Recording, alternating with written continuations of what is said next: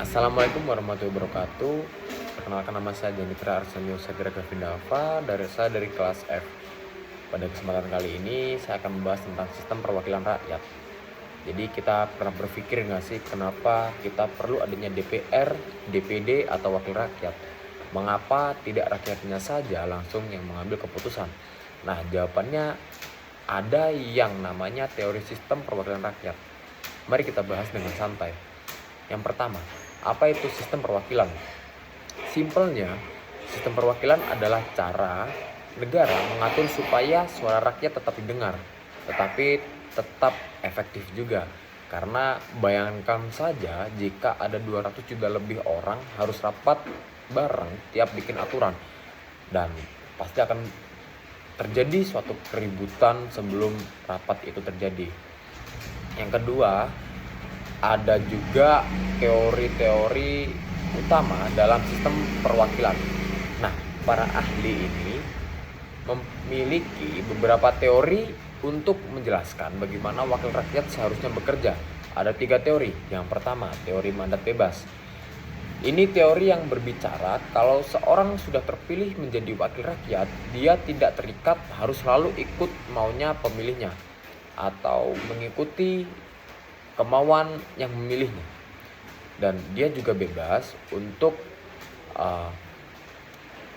mengambil keputusan-keputusan yang menurut dia baik.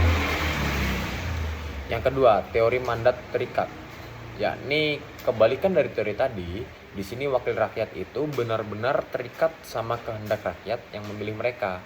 Jadi tugasnya hanya satu, menyampaikan aspirasi pemilihnya, bukan semuanya sendiri. Lalu yang terakhir atau yang ketiga ini, yakni teori perwakilan organis. Jadi kalau teori ini tuh sebenarnya cukup unik, karena teori ini berbicara bahwa wakil rakyat itu mewakili kelompok atau golongan, bukan per orang.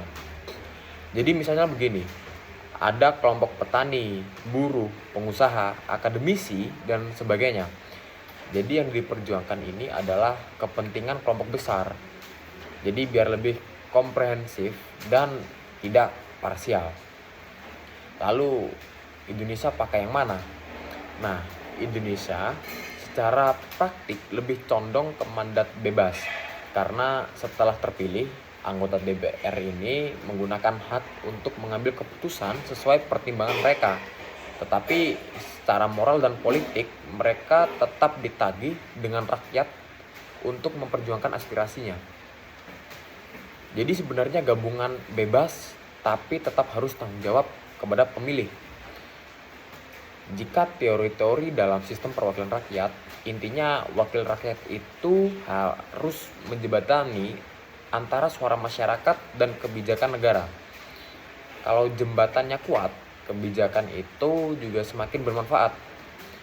Dan semoga penjelasan ini bisa membuat kita menjadi paham dan bermanfaat untuk kita semua. Mohon maaf bila ada kesalahan. Wassalamualaikum warahmatullahi wabarakatuh.